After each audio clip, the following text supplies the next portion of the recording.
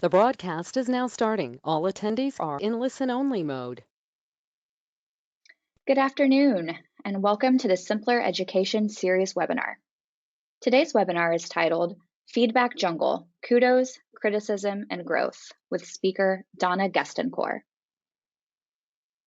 Donna Goestenkors is a healthcare consultant, speaker, author, educator, and mentor who possesses over 42 years of knowledge and experience that she is privileged to share with colleagues and administrative and medical staff leaders on issues pertinent to the medical staff services industry.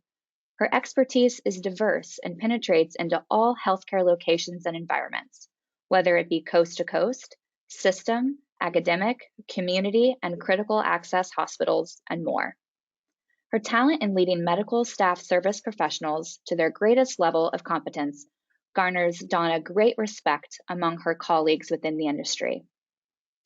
Up next, we're going to review the objectives. We have a great presentation for you today. Donna will start by explaining to us how our brains process criticism. Next, she will cover the 7 different criteria for effective workplace management. Feedback. Lastly, Donna will summarize the 3 strategies for cultivating a growth mindset during performance reviews. And as a quick housekeeping note, you can access the slides and NAM's CEU and the presentation in your GoToWebinar panel. We will also send you an email by the end of this week with a link to the recording of today's webcast and its slides at simpler.com.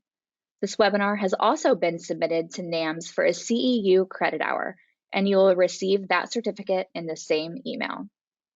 At this point, I'll hand it over to Donna to get started. Take it away, Donna. Wonderful. Thank you very much, Steph, and hello, everyone. That was a very kind introduction, Steph, and just as a point of reference, I would like to share with you this particular slide. You all saw my picture, but it was important to me that I convey to you that we were all really working together in this collaborative way because Simpler is actually sponsoring these educational events.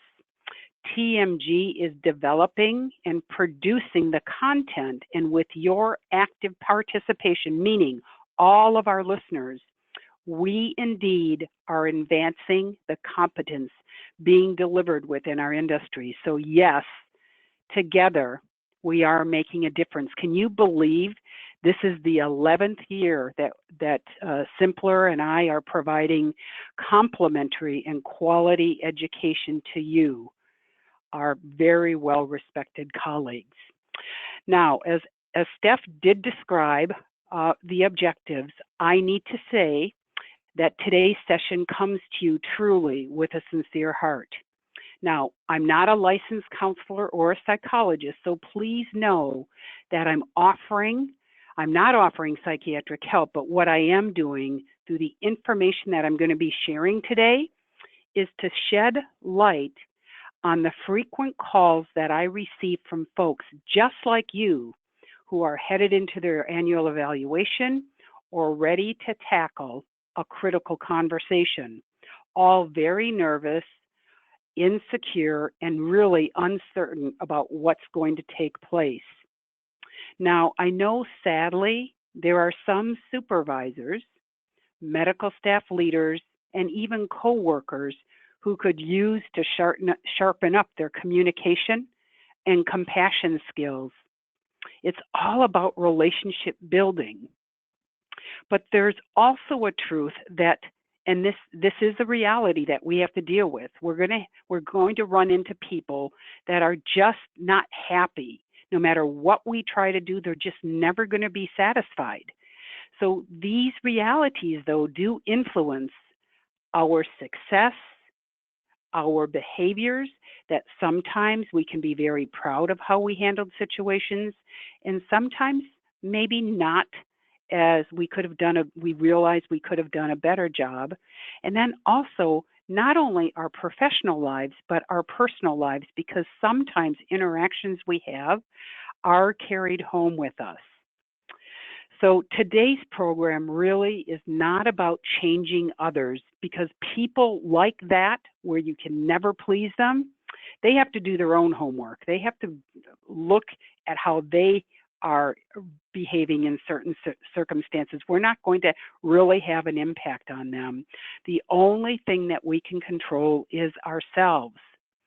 So the professionals I want to talk with directly today really are each of you. I want to offer information and tools that are going to make you stronger leaders, more confident professionals, and learners through practice. So let's go ahead and prepare ourselves, because true, success is where preparation and opportunity meet. And as you know, I truly care about the role of MSPs in healthcare, and I want you to be as confident and as successful as you need to be and can be. Just a quick review. You know, if you've been following me all of these 11 years while working this format, we underscore the importance of MSP competence, the knowledge we acquire, the skills we practice, and then our ability to demonstrate that. So the skills, how efficiently are we performing our technical skills? How effective are we interacting with others? And then when those two things are solid, we truly can write our ticket on career options and our success. When we look at the 18 core competencies that have been identified from the field, meaning colleagues just like yourselves, two areas that are highlighted here are development management and relationship management. And again, that's exactly what this program is about. It's how can we improve how we're interacting with our team members and how are we interacting with other stakeholders in our profession. So it starts off first with the why. Explain how the human brain processes criticism. And remember, I said I'm not the clinician, but what I did do is talk with someone who's a very successful counselor, deals with mental health issues in healthcare. And as I was building this program, I kept asking myself, well, why do I hear our colleagues reacting in this way? Why do I react in certain circumstances the way I do?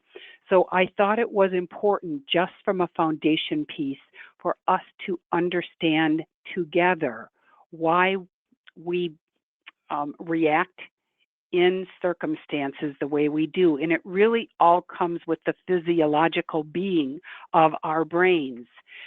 Our animal brains are hardwired to believe that when we're hearing information, that we're always right and never wrong. So we understand that this is a physiological reaction, right? Even though we have evidence as we're talking to people, as we learn, until we accept that the information that we're getting is right, we're going to be questioning it.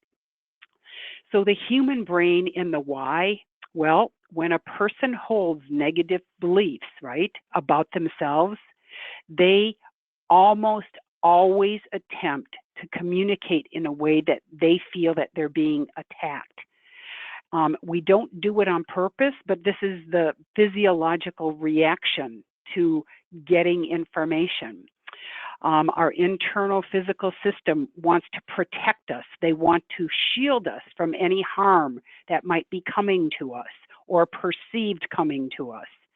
Our brains become impenetrable to communicate on a personal or professional level. And how many of us have been in conversations, right? When I was younger, a younger professional, whenever I'd talk to the medical staff leaders or when I'd talk to my boss, my chest would break out in this red rash. And I know it was physiological. It was a reaction to whatever was going on in my head. So as I've matured, yes, those types of reactions don't present themselves any longer, but think about how you, whether in your early part of your career or something that's happening with you now, How do you react when you're having to go into a circumstance that might seem uncomfortable or create anxiety for you? So there really is truly, again, this is part of the brain. There's a pattern of our inability to hear what really is being said because of our own filters, right? And there are sometimes we receive things that are not meant in a negative way, but our bodies are saying and our minds are telling us it is negative. So communication is still being viewed as a threat to ourself. And that threat is referred to as fight or flight. And that's a reaction that happens again physiologically. So many of you may have heard of the term fight or flight, but this is a response that occurs when there's a perceived harmful event, attack, or threat to survival. I mean, back in the cave days, that was a reality. It was fight or flight. Either something's going to harm me or I'm going to run and get the heck out of there. So when we as human beings feel threatened or we feel threatened, there's a part of our brain that's called a medulla, and it's an almond-shaped mass inside the brain that's on both hemispheres. And that's where our emotions is being experienced. And that's why we have different physiological reactions to what's happening in our brain.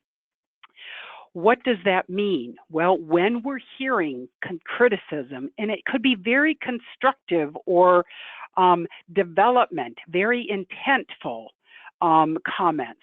But when we hear criticism, right, it may be because we have low self-esteem or a fragile ego, or we feel like we're being manipulated, or there's an abuse situation that's triggered, or a traumatic event that's triggered, or we feel less than others. And, throughout my years in working with IntelliSoft and Simpler, pretty much about me, right? So I really am who I am. So I would want to kind of tattle on myself when I look at this visual. One of the things that really followed me early in my career was low self-esteem.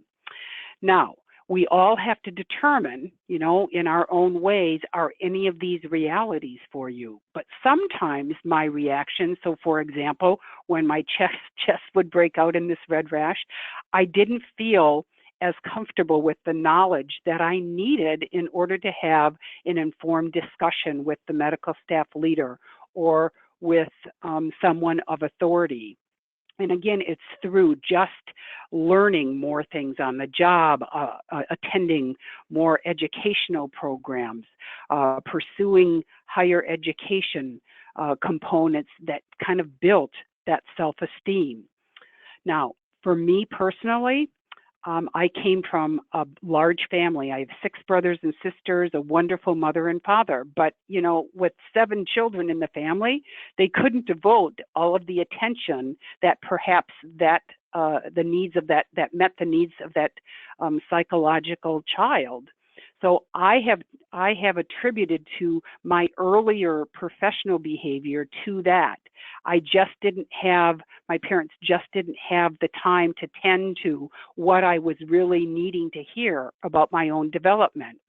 One of the things that I did early on in my career, and it might sound corny, and I don't know why I thought to do this, because this was before all of the technologies that make things easier for us now.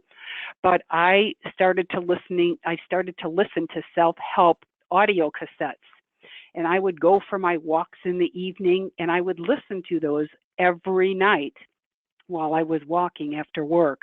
And I have to tell you that really turned a key for me in really feeling more knowledgeable and more confident. But again, know that these things that you're seeing displayed on the screen, these are realities on why sometimes we're filtering things, even if they're meant constructively. We could be putting more more meaning in them than what it was intended. And so all of those things do create fear. My fear, my chest turning red, was, oh my gosh, are one of the medical staff leaders or administrators, are they going to see my chest turning red? Or, oh my gosh, are they going to ask me a question that I won't know the answer to? And I am a people pleaser. So I want to have the right information. I want to have the right answers. So just know that when that part of our brain is activated, it really does release the stress hormones, because again, our bodies were groomed to fight or flight.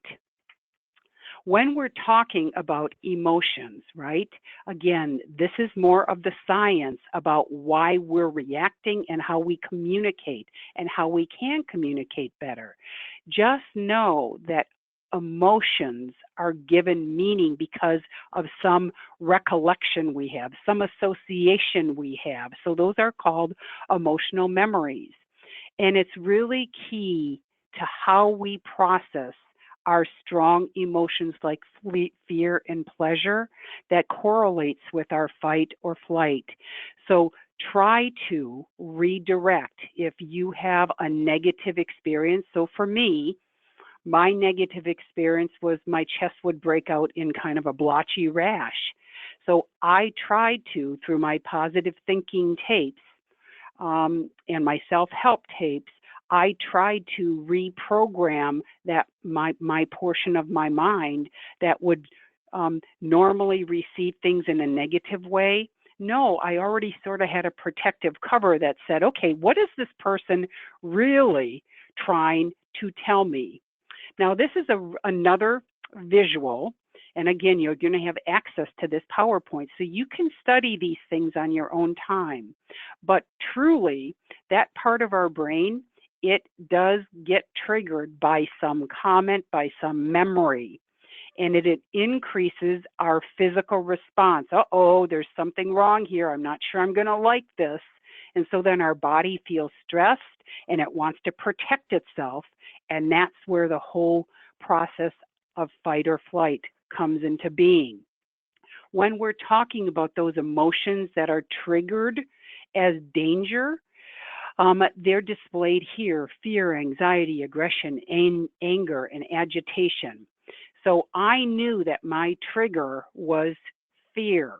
That's the thing that triggered that part of my brain.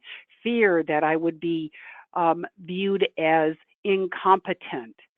Fear that I would be viewed as not measuring up. How come this person has this position as the director of a department and I'm asking a question, or how come she doesn't know the medical staff bylaws or a particular policy?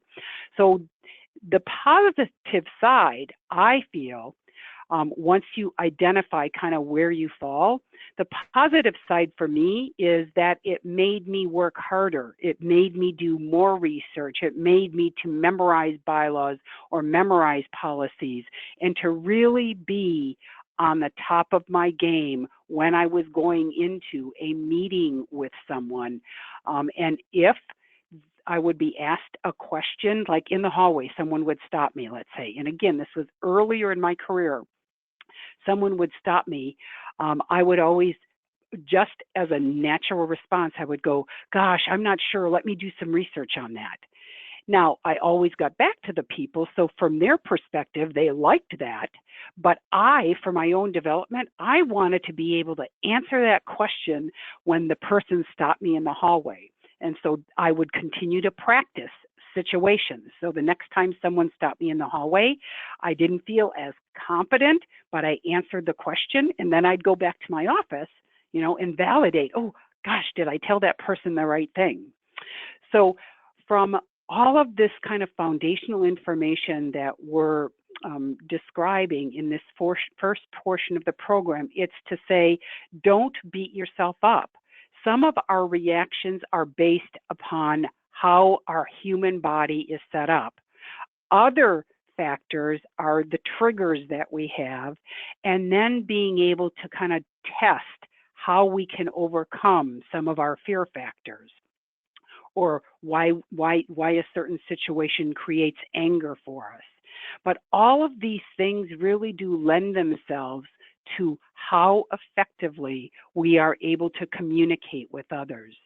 And I think, again, that that's such an important piece, because effective communication is vital to our career success.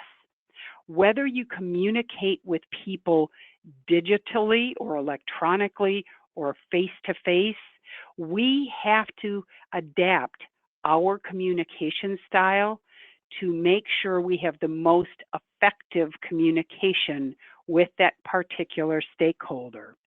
Now, the more sophisticated we are in technologies, the more evolution that our profession as MSPs have, and the more our organizations are becoming more sophisticated, we have to be able to understand that how we communicate is going to have an impact to the recipient. So we have to understand how best they like to communicate. So we have to be effective in face-to-face. So maybe, like for you listening to me via this webinar, you don't see my body language, right? But when you're face-to-face, that's so important, because people, when they're hearing you, they're also seeing you. So you have to take a lot of information in and process it. Sometimes when you're texting in communication, there are things that are lost in translation.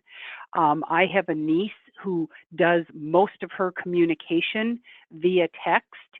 And after the second text from her, I will text her and say, hey, if you want to continue the conversation on this particular topic, give me a call. Or if it's really important, I'll just pick up the phone and call her.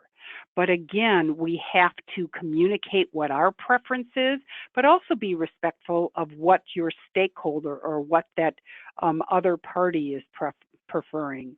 Email too has its drawbacks, but we have to recognize that these are all ways that we interact with one another, whether it be professionally, right, or whether it is on a personal basis. All right, so that's the science of why we do things the way we do things, but we also have tools. We've provided some solutions. So, we're kind of cutting ourselves some slack. I've offered a couple of personal experiences and what has really helped me. But as we move into this next phase of our program, it's really about identifying some of the criteria that really creates a healthier work environment and healthier work teams. Now, you're not going to be surprised.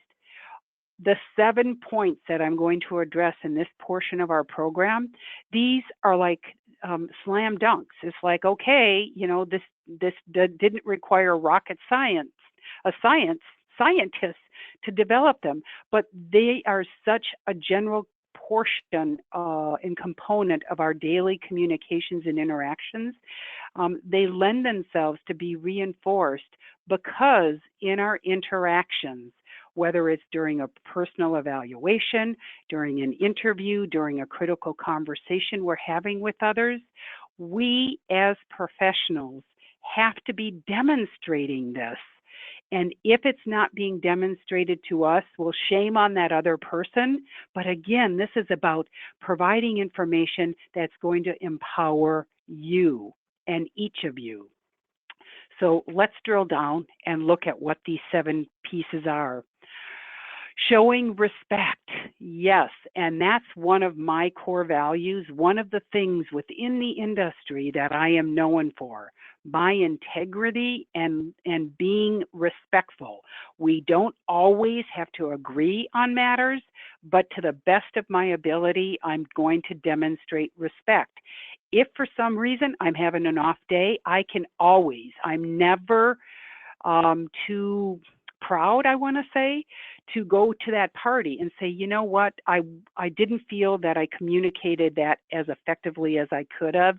I want to apologize for that. And that even means when I'm out in the field consulting, I will go to team people. I will go to physicians or healthcare administrators and acknowledge if, hey, I could have handled that a little bit differently. And when we show respect, our whole elevation of competence is that much more to our advantage. So showing respect. And remember, we can't force other people to show respect to us, but I'm out there every day in the field working on your behalf because I recognize where there are definitely some gaps. Active listening, positive body language, asking questions, understanding that there's a more effective way to communicate electronically, being open-minded, and our willingness to give feedback. So those are the 7 characteristics, 7 strategies that you can use, put in your toolbox for improved communication that's really going to help build esteem by those with whom you interact. But let's drill down a little bit on all of them, right? So showing respect is being respectful of people's space and time. You might know a personal friend or a professional colleague that they're always late. Now, they don't mean anything by it, but unless you say that this is a boundary issue for you, they're not going to change their behavior. So you have to help them understand this is really important because even though you don't mean anything by it, the reception by me is that you must not respect me. You don't value my time. So understanding respectful is not only about how we communicate, but how we behave in circumstances. Avoiding a condescending tone. By being condescending, it puts the other person sort of on the defense, like, oh gosh, I guess they must think I might not know this information. And it really doesn't promote a positive work environment. So we must be respectful of others' feelings and understanding, especially if you're working with teams, understanding what makes that person tick. Like what are they really proud of? If it's about meeting deadlines, is it about their accuracy? Is it about using graphs to convey communication? And then knowing what their weak areas are. And if you recognize their weak areas, it doesn't mean we don't have to still work on trying to improve them, but showing a greater sense of compassion about their weak areas and then trying to help them develop those sections. When we talk about active listening, now again, in other programs that my team members and I have presented, it's been on leadership, it's been on effective communication and emotional intelligence and body language. But active listening is critical in creating a positive work environment. So when people are interacting with you, you don't consistently want to be not giving them eye contact, being on your phone, being on your computer, singing along to music while they're trying to describe. I mean, all of these things happen in the workplace, right? When they're trying to describe a problem that they're having, you really need to be engaged in what they're saying. Wait. And we recognize that there are people on our team who it takes them a whole paragraph to really express the thought in a sentence, but that's sort of their style. Sometimes I might say, hey, could I have the Reader's Digest version on this particular issue because I have to be off to a meeting. So you have to find your own vernacular. You have to find your own vibe on how you want to handle circumstances. But I do know that if the other party knows that you're engaged, that you're taking notes, that you're nodding your head, all of those things make that other person feel valued. And remember, when we first started, we know that we interact with people who do the same bad behavior type things, but we're trying to model, we're trying to set the behavior that we hope others repeat and follow. Bad listening skills really can compromise our value at work. Oh, well, I spent 5 minutes describing this problem, and here you are asking me to explain it again multiple times. Here I've given you direction on a project, given you accountabilities, but you never meet the deadline. So again, take notes if you recognize that maybe remembering fine details aren't your best quality. I have a friend who just recently moved back to Illinois. She's, I want to say more of a, I don't know what you would call people my age. I don't want to call myself a senior citizen, but we're kind of more mature, I would say. And she never really worked outside the home. So she recently got a project working at a restaurant. And she called me. She goes, "Oh my gosh, Donna, I'm so nervous because I don't have that good of a memory. And no one there at this restaurant writes down anything like quote the old days. They don't write like on an order sheet what the customers are ordering. They memorize all this stuff." And so what we concluded is that for her to do her job effectively, she needed a resource tool. So she went to the manager and said, "Is it all right with you if I bring a tablet of paper and I can write down what the customers are ordering?" "Oh, yeah, sure, that's no problem." So sometimes it's just about asking what you need. And again, just another working example that these skills can be transferred not only from the professional setting, but our personal lives as well. Now, I know I've done a number of programs on body language, effective body language, and using power words. This is one of my most favorite topics to talk about from a leadership perspective because it translates such volume just looking at the picture, right, that I included in with this particular slide. Does that person seem real energetic to talk to us? Does that person seem friendly? Does that person seem like she really wants to carry on a conversation? So how we position ourselves in our work setting really, really does matter because the way we hold ourselves does communicate the unspoken word to the other party. So please be aware of how you're carrying yourself, how you're positioning yourself. Are you using good eye contact? Are you using an open stance? Are you using, verbal cues or even body cues, head shaking, to validate what you're listening to? So please, this is like low-hanging fruit. And if this has not been one, if you've been told you have a mean resting face, that's something that we can work on. These are the little things that we test out. Every day we can do it at work. Be willing to ask questions. Now, does that sound logical? Yes.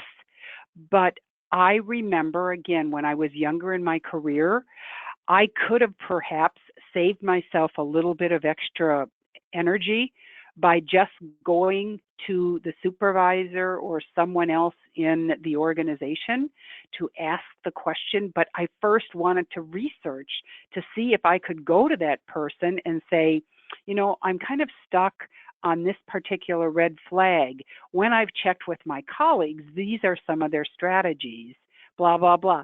Sometimes you have to weigh it. Does it really make sense to research it as opposed to just ask, just ask on this particular red flag, how does this organization handle it? So you have to be willing to ask those questions. And we want to make sure part of asking questions is to clarify, okay, what I'm hearing is this deadline. And then ask that person what they understood you to communicate by way of a project's expectations. And really, by doing that, it really leaves both parties feeling empowered, like, okay, yes, she or he totally gets what I just asked them to do, or he or she, oh gosh, they asked clarifying questions to be sure we were on the right track. And I think, again, those are all such important factors. It's about making sure we're saying what we think that we're saying. And the only way to do that is to confirm what you're hearing.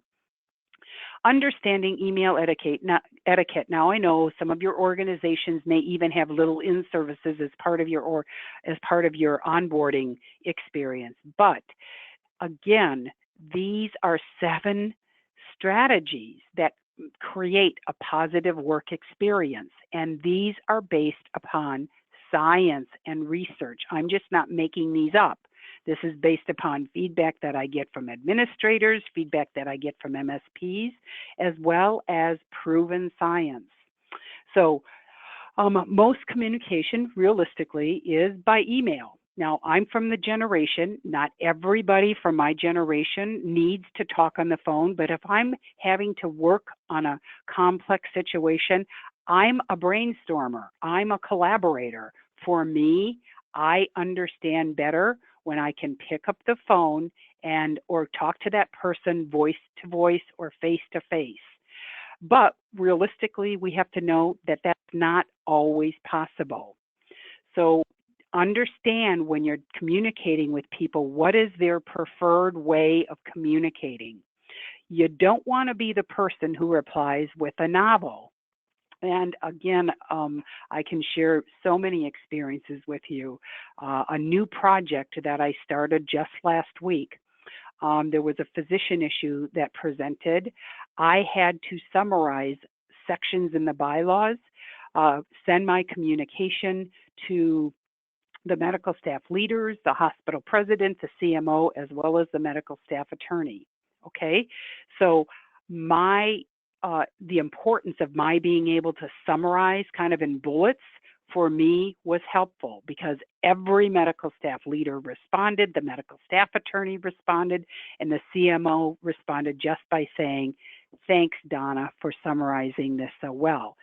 How well you're able to summarize information and include the salient points really does, again, speak volumes in your level of competence, how one perceives you to be competent. So making sure, I could have gone on and on, quoted all the bylaws, included the bylaws, but it really was just distraction information for what they really needed to make a decision on. If you do have a long response, because not everything can be, one paragraph or a couple of sentences, try to use bullets, just as I described. Be as concise as possible. And understand, again, especially if you have supervisors, if they like things, they like all the detail, include the detail. If they don't, then be as brief as possible. If they prefer that you talk to them face to face, then do that. So you have to modify your communication based upon your primary stakeholders. And then that's the question I ask myself. Before I press that sent button to all of the key stakeholders on this particular physician issues, I had to ask myself, okay, does that provide them sufficient information to make an informed decision? So you want to be thorough, but you want to be concise. And then there are some things that you just have to have a phone conversation or a face-to-face because by email, it's just not going to work. Now, for me, this is a tip. For me, I find it very frustrating when I'm communicating with people and in their signature block, they don't have all of their contact information. They might have the organization they're working in, or it could be the logo, and they'll have their name and maybe their phone number.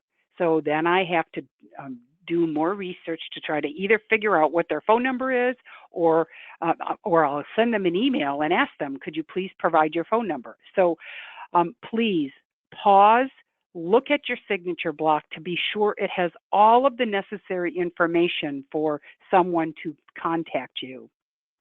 Another thing for me that has worked so well in the field, when I'm responding to someone who's asked me to follow up on something, in the subject line, in all caps, I say follow-up, colon, and then what the topic is.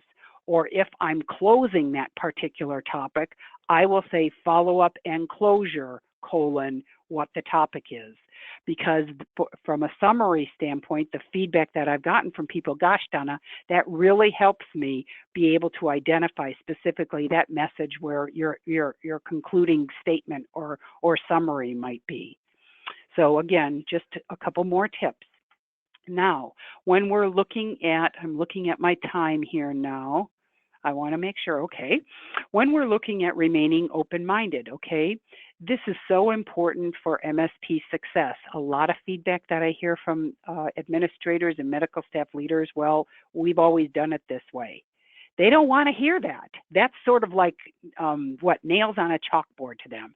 They want to hear, gosh, I hear how the organization is evolving. I'm understanding what your new goals are or objectives. Let me look at my internal processes and make a couple recommendations about things that we can do to update some of our practices and be more aligned with where you're working at. Being open-minded also helps the party that you're speaking to feel that you're really engaged, that you're really willing to consider other options, and that there are different ways of doing things. It's not always my way or your way. It's collaboratively. When we really talk through something, is there a better way, a more effective way that we can get to an improved product? And again, don't shutting down the process of methodology. There are different ways to accomplish things. And if the immediate response by a team member is, or their body language turns off, well, if you're that supervisor, you know, remember, there are some people, no matter what you do, you're never going to please them. But if there are some recovery points that you could make with that person, hey, I noticed during our staff meeting when we brought up a new methodology in redesigning our reappointment cycles, you kind of seemed to tune out, or your body language seemed kind of disturbed. Tell me more about that. Now, those are sometimes critical conversations to have, but important to have. And then providing feedback. Now, sometimes people give you feedback that you really don't want to hear because they can be very destructive, and I have a perfect example. I have a colleague that's going through a 360 experience, and it's part of her coaching, part of her professional development. She sought someone within her organization who does this. They do professional coaching. So she sought this person out, and she was asked to contact several people so they can evaluate her strengths and weaknesses. This particular colleague of mine was devastated because someone that she provided for constructive feedback was very attacking in their responses.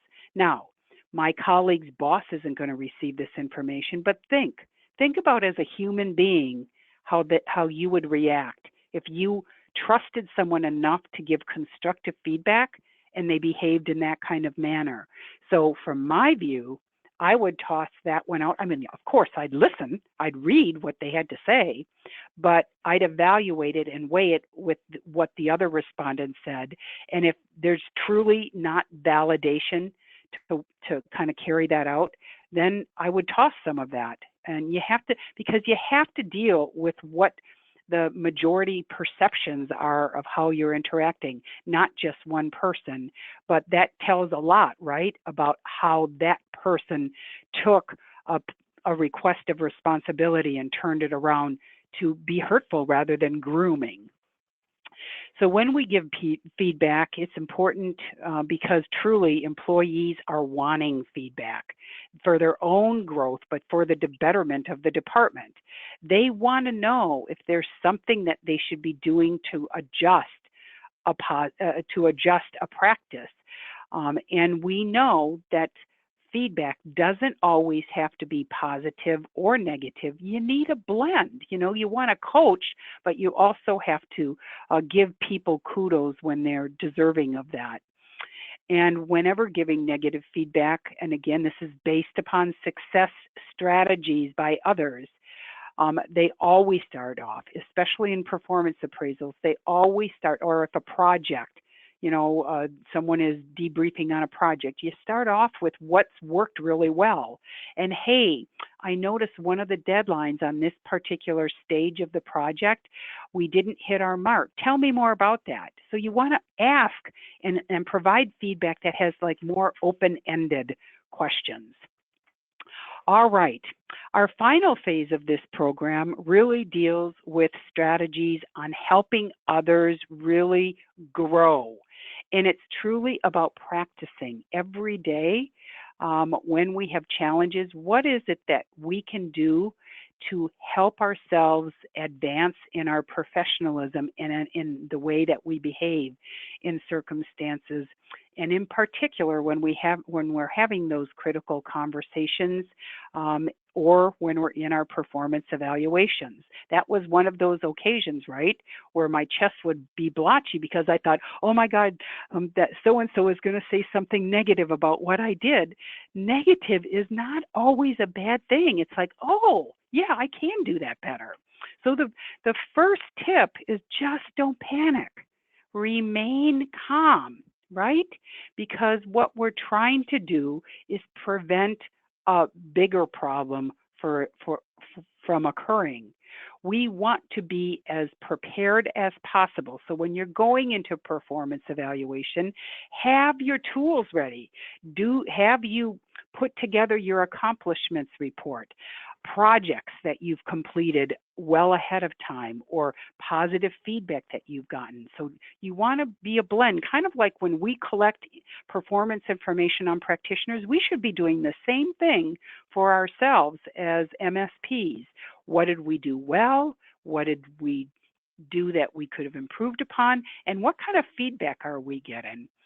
And all of these things about don't panic and really listening to what that person is saying is using your emotional intelligence skills.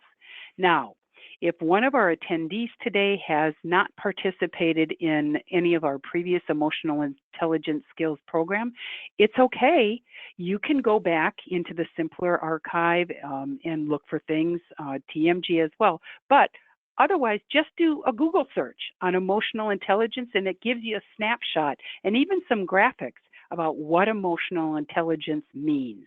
It's, again, about empowerment. We want to stretch your mind and your behavior. So prevention is the best way to overcome the fight or flight is to prevent it from happening in the first place. And remember how I said that I'd listen to self-help audio cassettes? That's how old the practice was that I was doing. That was trying to put a better filter, a stronger filter on that part of my brain that would immediately think that I didn't do something properly. Making sure that we use our emotional intelligence by thinking thoughtfully. You don't want to immediately go to the fight or flight. We want you to develop. Okay, that's whenever I talk to this person, I react kind of with anger. Why do I do that? What is it about the way they approach me that makes me kind of insecure about myself? So remember, we can't change others. It's about us. Understanding how we can de-escalate just by our own behaviors, de-escalate situations. Think about when a healthcare administrator or a physician comes into our office and they're angry about something. If we remain calm, they kind of get into that mode, not always, but they kind of get into that mode that you're not going to let them upset you. So again, these are all practice techniques.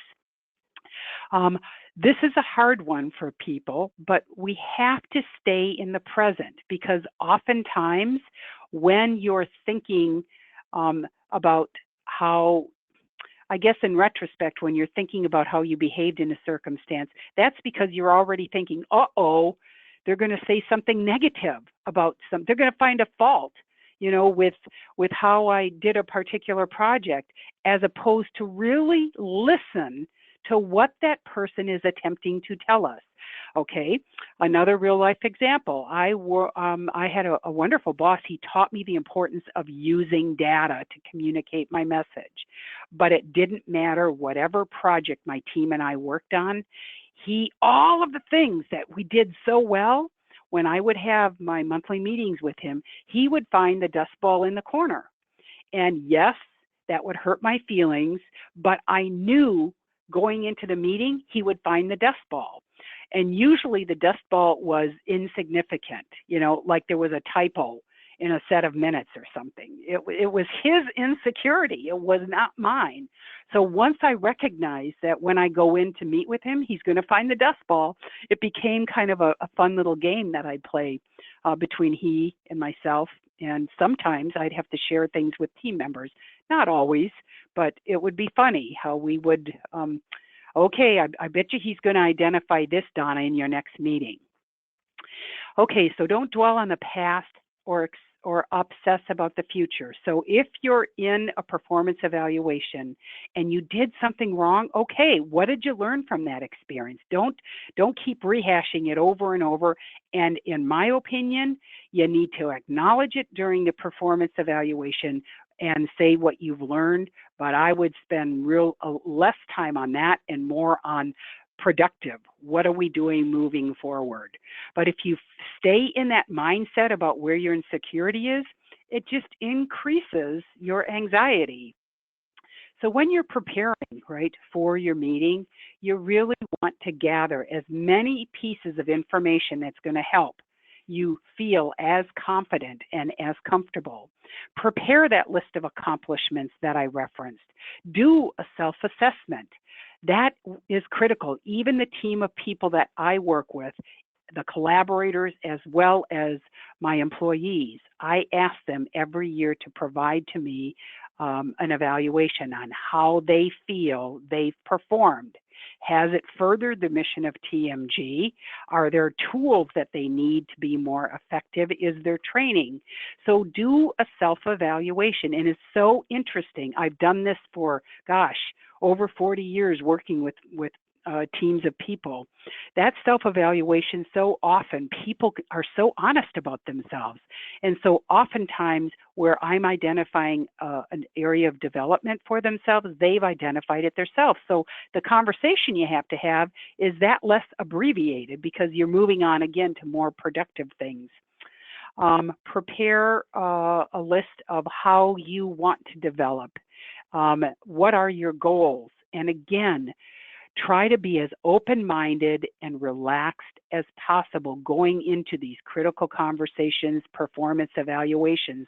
It's easy to be defensive if the person you're communicating with is not a good communicator. They're just identifying problems. Hear what they're saying, but what is the real salient point? What is the takeaway message that you need to experience from that particular learning episode? Because everything that we really encounter can be used as a learning experience for us. So increasing our emotional intelligence. Well, again, there's a lot. Emotional intelligence sounds easy, but there's a lot of moving pieces behind emotional intelligence because we're trying to understand our psyche as well as the recipient's psyche. But we have to praise people when they've done something well.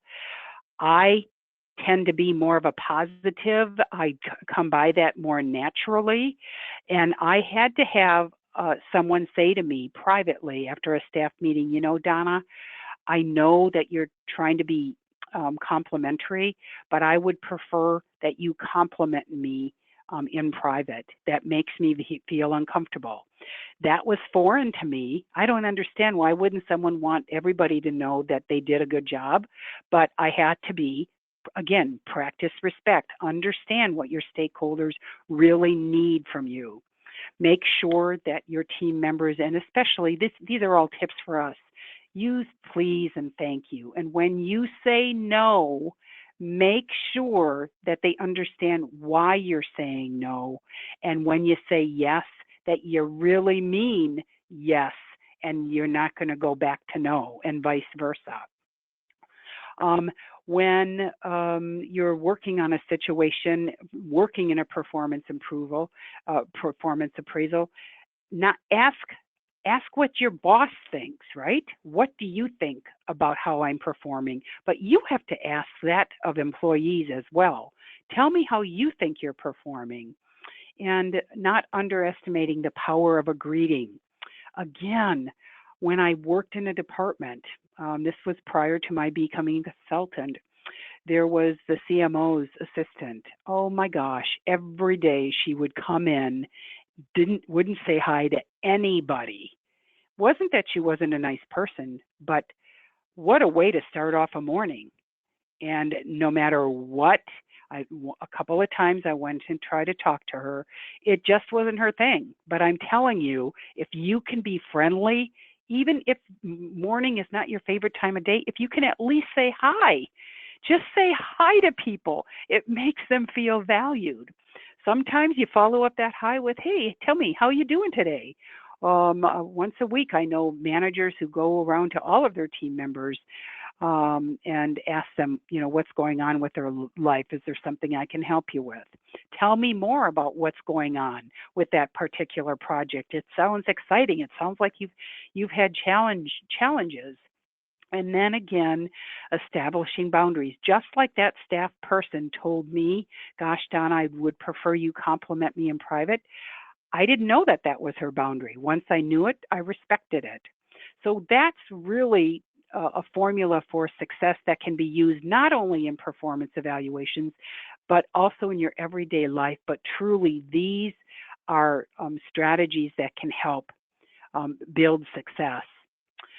So with that, I really want to close this particular program. It was fun to do research. It was a lot of work to do this research, but it was fun because, again, I get so many calls throughout a week from our colleagues who are stressed about these experiences, whether they're the supervisor having to give a professional evaluation or whether they're the person going through that evaluation. But just please think about this. When we give feedback, we want it to be like a gentle rain, right?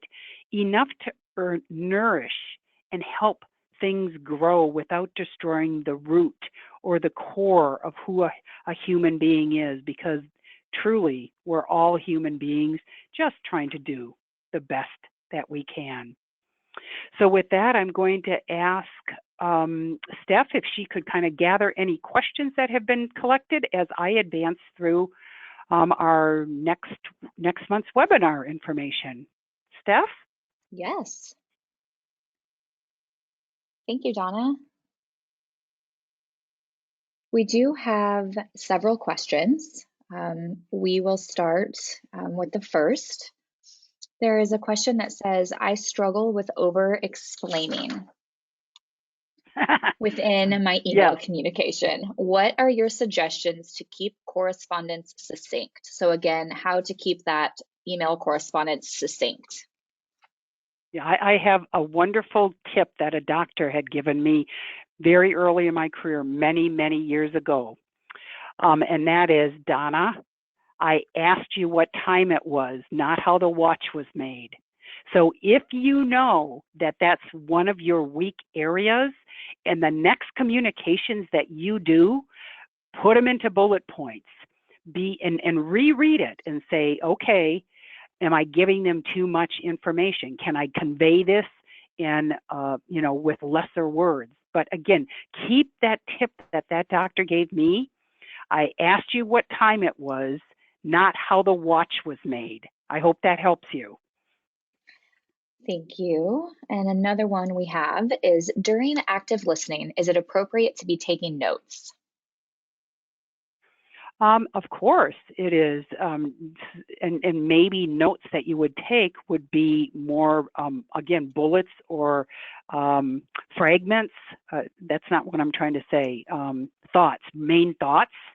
Or you could even say to the person, I really want to make sure I don't miss the importance of what you're trying to convey to me. Do you mind if I take notes based upon our conversation? Great. And that puts the listener right up front that, oh, okay, she's going to take notes. And then you're empowering them because you're asking them. All right, another is, should you always request a copy of the evaluation you received from your boss?